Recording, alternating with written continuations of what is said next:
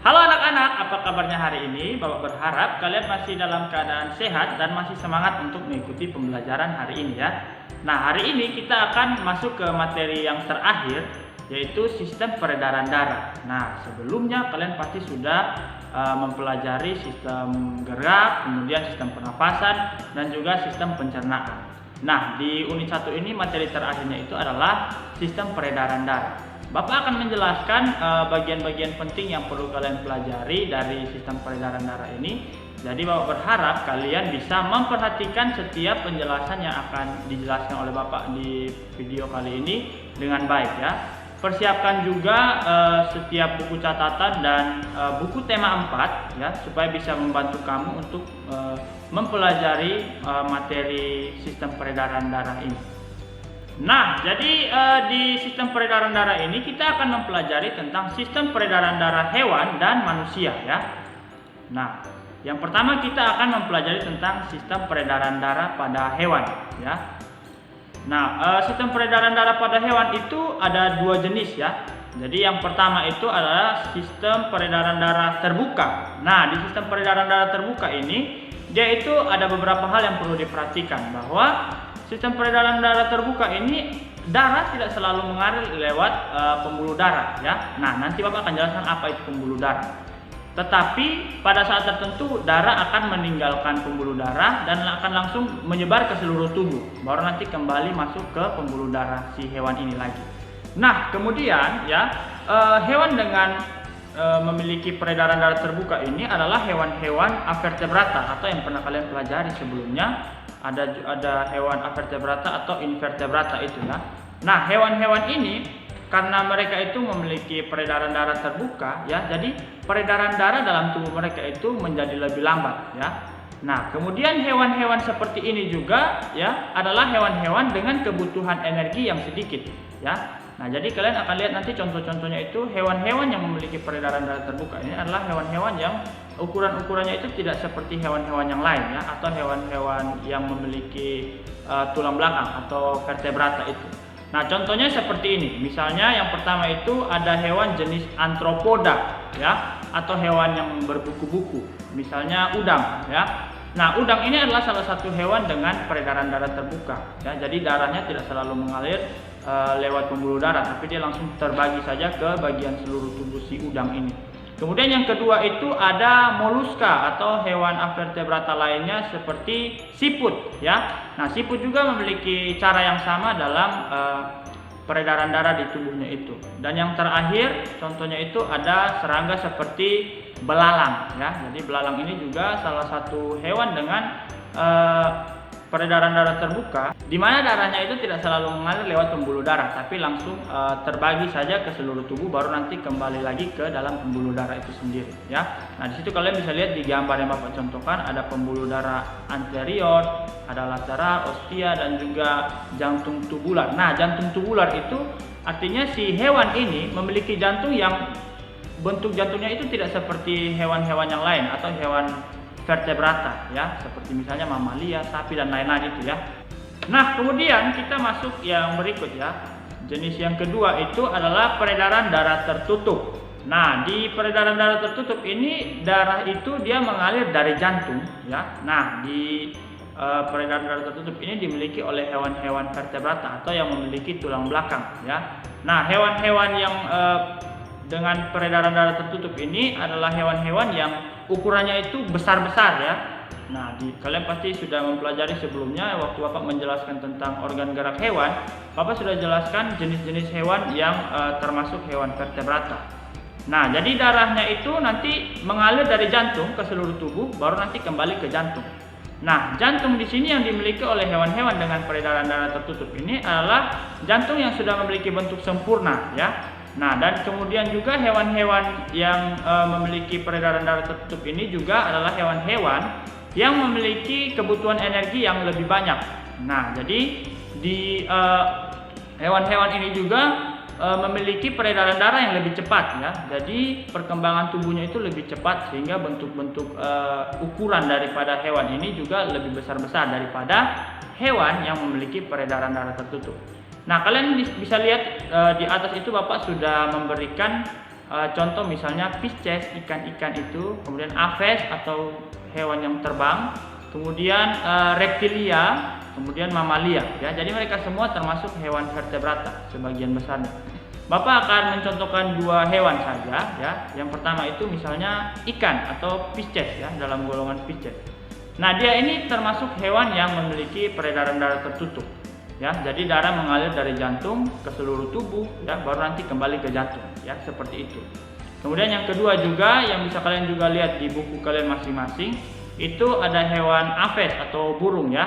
Nah, jadi dia juga memiliki peredaran darah yang sama, yaitu peredaran darah tertutup. Seperti kalian bisa lihat di gambar, Bapak sudah menunjukkan beberapa gambar terkait dengan hewan jenis Aves ini ya, atau burung ini ya. Kalian bisa lihat itu ada bagian jantungnya, ada serambi dan ada bilik ya. Kemudian juga di situ kalian bisa lihat bagaimana alur daripada si darah ini akan mengalir ya, di bagian gambar yang terakhir ini ya. Jadi kalian bisa lihat, jadi darah keluar dari jantung, kemudian dia mengalir ke seluruh tubuh, baru nanti kembali ke jantung ya. Kemudian sama juga dari sini juga dia akan mengalir ke seluruh tubuh dan kembali lagi ke jantung. Nah, jadi itu peredaran darah tertutup dan beberapa contoh hewan yang memiliki peredaran darah tertutup. Nah, yang berikut kita akan belajar tentang sistem peredaran darah pada manusia ya. Nah, jadi ini sudah masuk kepada bagian yang manusia punya ya.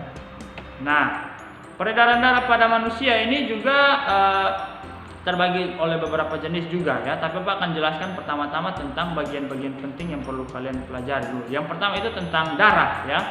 Nah, darah ini dia berfungsi untuk mengangkut sari-sari makanan ya. Dari kemarin kalian sudah pelajari sebelumnya terkait dengan sistem pencernaan. Nah, Bapak pernah menjelaskan di situ bahwa di usus halus itu terdapat ujung-ujung pembuluh darah yang nantinya akan menyerap sari-sari makanan.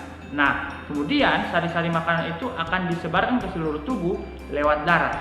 Nah, jadi kalian tahu bahwa fungsi darah ini adalah untuk menyalurkan makanan ke seluruh tubuh ya. Kemudian juga fungsi-fungsi lainnya nanti kalian bisa lihat dari beberapa bagian darah ini yang akan Bapak jelaskan. Nah, kalian bisa lihat di gambar ini ya. Darah ini terbagi oleh beberapa bagian ya. Ada sel darah merah ya. Kemudian ada sel darah putih, ada plasma darah, dan juga ada trombosit ya. Nah, jadi Bapak akan jelaskan satu-satu. Nah, plasma darah ini dia merupakan cairan berwarna kuning. Nah, kalian lihat di gambar sini yang warna kuning ini ya. Yang warna kuning-kuning ini adalah plasma darah ya. Kemudian dia itu berfungsi sebagai faktor yang akan mempengaruhi pembekuan darah ya. Jadi kalau misalnya kalian terluka, kemudian nanti luka kalian bisa sembuh, salah satu faktor yang membuat luka kalian itu bisa cepat kering itu adalah plasma darah. Kemudian yang kedua itu ada sel darah merah atau eritrosit ini ya. Nah, dia berfungsi untuk mengikat oksigen dan karbon dioksida ketika darah itu mengalir ke paru-paru dan kembali nanti ke jantung ya. Nanti kita akan pelajari bagaimana proses darah itu mengalir ya di dalam tubuh manusia. Nah, kemudian selain plasma darah dan sel darah merah, ada juga sel darah putih ya atau leukosit. Nah, itu dia berfungsi untuk mempertahankan tubuh dari infeksi virus, kuman dan jamur dan parasit itu ya. Kemudian ada juga keping darah ya, yang trombosit ini yang terakhir kalian lihat yang agak warna coklat-coklat itu. Nah, itu dia membantu pembekuan darah juga. Jadi dia bekerja sama dengan plasma darah tadi untuk membantu proses pembekuan darah ya. Nah, jadi itu beberapa bagian darah dan fungsinya masing-masing ya. Nah, setelah kita mempelajari tentang darah ya, sekarang kita akan masuk ke organ yang utama ya, organ peredaran darah yang utama yaitu jantung ya. Nah, gambar ini mungkin kalian sudah pernah lihat. Nah, kalian lihat kembali di sini, Bapak sudah memberikan nomor-nomor di gambar ini. Nah, artinya jantung ini memiliki beberapa bagian. Bapak akan jelaskan satu persatu ya. Nah, karena dia merupakan organ utama dalam sistem peredaran darah ya, jantung ini berfungsi sebagai alat untuk memompa darah yang nanti akan dialirkan ke seluruh tubuh ya. Nah, kalian perhatikan yang nomor 1 ini itu merupakan serambi kanan ya, serambi kanan. Nah, dia fungsinya itu untuk mengalirkan darah yang kayak CO2 untuk dialirkan ke bilik kanan ya. Jadi nanti dari sini dialirkan ke sini dulu. Nah, setelah dia sampai di bilik kanan ini, nanti bilik kanan yang nomor 2 ini dia berfungsi untuk memompa darah yang sudah masuk tadi kembali ke paru-paru ya. Nah, nanti sampai di paru-paru itu dia akan mengeluarkan karbon dioksida tersebut atau CO2 itu ya. Itu terjadi ketika manusia menghembuskan kembali nafas ya. Nah, setelah itu ya, setelah manusia menghirup nafas lagi ya, oksigen masuk. Nah, pembuluh-pembuluh darah yang ada di paru-paru itu akan menyerap kembali oksigen ya, dan nanti bersama-sama dengan darah masuk ke yang nomor 3 ini ya, serambi kiri. Nah, di serambi kiri nanti dia akan berfungsi untuk mengalirkan darah ke bilik kiri ya. Nah, jadi nanti darah yang dari sini ya, dari serambi kiri ini akan dialirkan ke bilik kiri. Baru nanti setelah dia alirkan ke sini, nanti dia akan mengalirkan darah ini ke seluruh tubuh, yaitu lewat aorta dulu. Nah, ini kalian lihat yang gambar nomor 5 ini, dia merupakan aorta ya. Aorta ini adalah pembuluh nadi terbesar. Jadi pembuluh nadi yang terbesar di sistem peredaran darah ini. Nah, setelah itu baru nanti kalian lihat yang nomor 6 ya, setelah darah dialirkan ke seluruh tubuh lewat pembuluh nadi itu, nanti darah akan masuk kembali ke jantung lewat yang nomor 6 ini, yaitu pembuluh vena ya. Jadi darah ini nanti akan masuk kembali ke yang serambi kanan. Jadi darah akan berputar-putar dalam tubuh seperti itu ya. Jadi darah mengalir dari jantung ke seluruh tubuh kembali ke jantung lagi. Nah, jadi itu bagian-bagian jantung yang perlu kalian pelajari ya. Setelah itu, nah sekarang kita akan belajar tentang pembuluh darah yang ada pada sistem peredaran darah manusia. Nah, pembuluh darah pada sistem peredaran darah manusia ini ada 2 jenis ya. Nah, kalian bisa lihat di gambar sini ada yang warna merah dan biru ya. Nah, jadi sebenarnya pembuluh darah dalam tubuh manusia itu tidak warna begini ya, tapi ini supaya bisa dibedakan saja mana yang pembuluh darah arteri, mana yang pembuluh darah vena ya.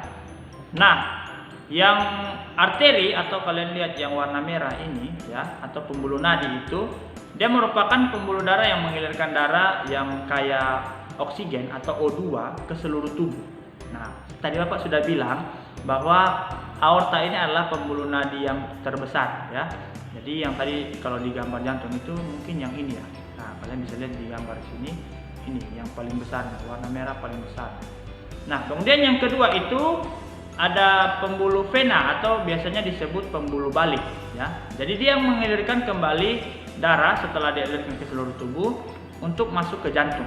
Nah, darah yang dialirkan itu karena sudah dialirkan ke seluruh tubuh, maka oksigen tadi nanti berubah menjadi karbon dioksida ya, yang nanti kembali ke jantung. Tadi Bapak sudah jelaskan waktu menjelaskan tentang jantung tadi ya.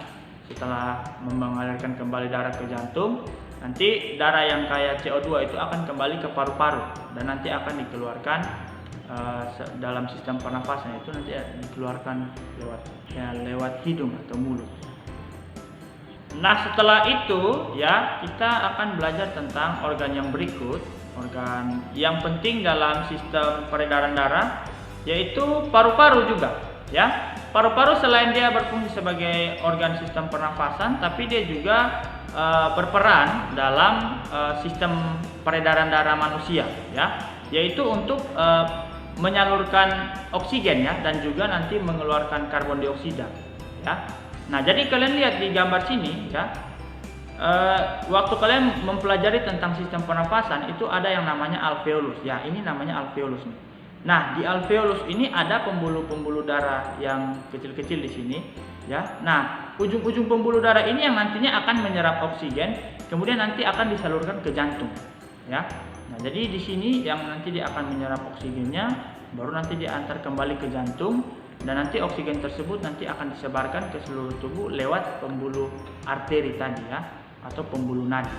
Baru nanti darah yang tadi sudah dialirkan ke seluruh tubuh masuk kembali ke jantung dan akan diantar kembali ke sini.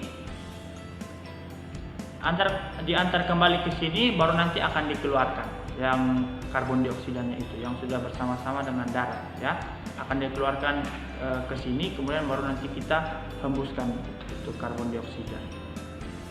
jadi itu beberapa organ yang perlu kalian perhatikan, bahwa organ-organ tersebut berperan penting dalam sistem peredaran darah manusia ya. Nah, jadi itu beberapa organ yang penting dalam sistem peredaran darah manusia. Nah, sekarang kita akan pelajari bagaimana sih ya proses darah itu mengalir dalam tubuh manusia ya. Jadi kita perhatikan sama-sama ya. Nah, jadi ada dua jenis peredaran darah juga ya dalam tubuh manusia. Nah, Bapak akan jelaskan dulu tentang bagian-bagiannya tadi ya. Nah, ini ada gambar yang mungkin bisa kalian pelajari dengan lebih mudah ya. Bapak akan jelaskan bagian-bagiannya. Nah, yang di tengah ini jantung tentunya ya. Tadi Bapak sudah tunjukkan gambar jantung. Nah, jadi ini yang anak panah ini menunjukkan aliran darah itu menuju ke mana ya. Jadi ini menunjukkan aliran darahnya itu mengalir ke mana, dari mana ke mana. Nah, yang pertama ini serambi kiri, Bapak sudah jelaskan tadi. Kemudian yang ini bilik kiri ya. Nah, kemudian yang di bawah di sini ini menggambarkan kapiler seluruh tubuh ya, atau ujung-ujung pembuluh darah di seluruh tubuh ya. Nah, kemudian yang merah ini ya. Yang merah ini dia merupakan arteri ya, pembuluh arteri tadi. Nah, kemudian yang ini ya, ini adalah serambi kanan. Nah, baru ada bilik kanan yang di bawahnya. Nah, kemudian yang warna biru ini dia merupakan pembuluh vena. Jadi yang mengalirkan darah yang sudah kayak karbon dioksida ya, sudah bertukar di sini tadi untuk dia masukkan kembali ke jantung ya. Nah, kemudian yang ini merupakan kapiler paru-paru atau ujung-ujung pembuluh darah pada paru-paru. Tadi Bapak sudah jelaskan ujung-ujung pembuluh darah yang terdapat pada alveolus ya. Nah, kemudian yang ini ya, yang warna biru dari jantung ke paru-paru ini namanya arteri pulmonalis ya, arteri pulmonalis. Jadi dia mengeluarkan darah gitu. Jadi yang keluar itu arteri ya, ini juga yang keluar dari jantung arteri. Sedangkan yang masuk kembali, ini yang masuk kembali pasti namanya vena pulmonalis. Jadi arteri itu yang keluar, vena itu yang masuk ya. Jadi kalian lihat anak panahnya supaya jangan sampai kalian salah mengerti ya, mana arteri mana vena. Jadi yang arah panah keluar itu yang arteri, yang masuk itu yang vena ya. Nah, jenis yang pertama itu ada peredaran darah kecil ya, peredaran darah kecil. Nah, ini urutannya seperti ini. Jadi dia mulai dari bilik kanan ya, dari bilik kanan yang ini. Kemudian dia menuju ke arteri pulmonalis ya, lewat yang warna biru ini. Kemudian dia menuju ke paru-paru ya, yang tadi ke alveolus di ujung, ada ujung-ujung pembuluh darah itu ya, kapiler paru-paru. Kemudian baru nanti dia lewat dari vena pulmonalis yang warna merah ini ya, baru dia masuk kembali ke sini ke serambi kiri ya. Nah, jadi itu proses peredaran darah kecil ya. Jadi simpelnya atau yang sederhananya itu darah mengalir dari jantung ke paru-paru baru kembali ke jantung. Itu simpelnya ya. Kemudian yang kedua itu ada peredaran darah besar ya, peredaran darah besar. Nah, perhatikan ini ada, Bapak sudah buat urutannya. Dia mulai dari bilik kiri ya. Jadi darah dari bilik kiri yang ini, kemudian dia mengalir keluar lewat aorta dulu. Ini yang tadi bagian sini kan aorta ya, atau pembuluh nadi paling besar. Nah, di sini arteri, dia lewat arteri yang ini, yang warna merah ini. Kemudian dia menuju ke kapiler seluruh tubuh ya. Jadi ujung-ujung pembuluh darah di seluruh tubuh. Ya, mau di organ pencernaan yang sudah kita pelajari dan bagian-bagian tubuh lainnya. Ya, intinya ke seluruh tubuh. Kemudian dari seluruh tubuh itu dia mengalir melalui vena ya, mengalir melalui vena dan nanti akan masuk kembali ke jantung di serambi kanan ya. Jadi sederhananya peredaran darah besar ini, darah mengalir dari jantung ya ke seluruh tubuh baru kembali ke jantung lagi ya. Nah, jadi kalian bedakan, yang peredaran darah kecil ini darah mengalir dari jantung ke paru-paru baru kembali ke jantung. Itu peredaran darah kecil. Ya, kalau peredaran darah besar, darah mengalir dari jantung ke seluruh tubuh, ya, baru dia kembali ke jantung. Nah, itu perbedaannya. Ya. Jadi yang kecil itu dari jantung ke paru-paru kembali ke jantung. Ya. Kemudian yang peredaran darah besar dari jantung ke seluruh tubuh baru kembali ke jantung. Ya. Nah, jadi itu perbedaannya, yang peredaran darah kecil dan peredaran darah besar. Ya. Nah, jadi itu dua jenis peredaran darah pada manusia ya. Nah, kita sudah mempelajari organ-organ peredaran darah manusia, kemudian kita juga sudah pelajari bagaimana darah itu mengalir dalam tubuh manusia. Nah, tentunya kalian harus tahu bahwa penting untuk bisa kita menjaga kesehatan peredaran darah ini ya. Jadi, bagaimana cara kita sebagai manusia itu untuk menjaga kesehatan organ peredaran darah ini?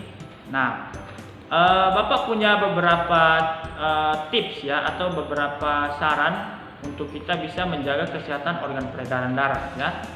Yang utama tentunya adalah dengan menjalankan pola hidup sehat ya, pola hidup sehat, yaitu misalnya kita mengonsumsi makanan-makanan bergizi dan sehat ya. Jangan mengonsumsi makanan-makanan dengan tinggi kandungan gula atau garam. Nah, karena kandungan gula itu akan mempengaruhi kekentalan darah kita ya, sehingga nanti timbul penyakit-penyakit misalnya kayak gula darah, atau kalau misalnya makanan itu memiliki kandungan garam yang tinggi, itu bisa membuat kita itu mengalami penyakit darah tinggi ya. Biasanya kalau orang penyakit darah tinggi itu disarankan untuk tidak mengonsumsi makanan dengan kandungan garam yang tinggi ya, yang asin-asin itu ya.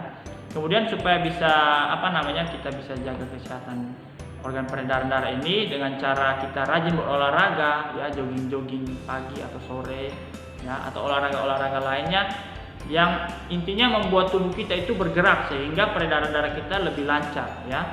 Nah, kemudian yang paling penting itu adalah istirahat yang cukup ya. Nah, jadi jangan banyak begadang ya.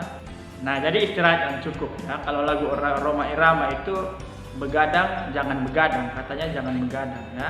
Kalau tidak perlu ya. Jadi intinya jangan begadang ya, istirahat yang cukup ya, 8 jam sehari tidur. Jangan tidur di atas jam tengah malam, jangan tengah malam baru tidur.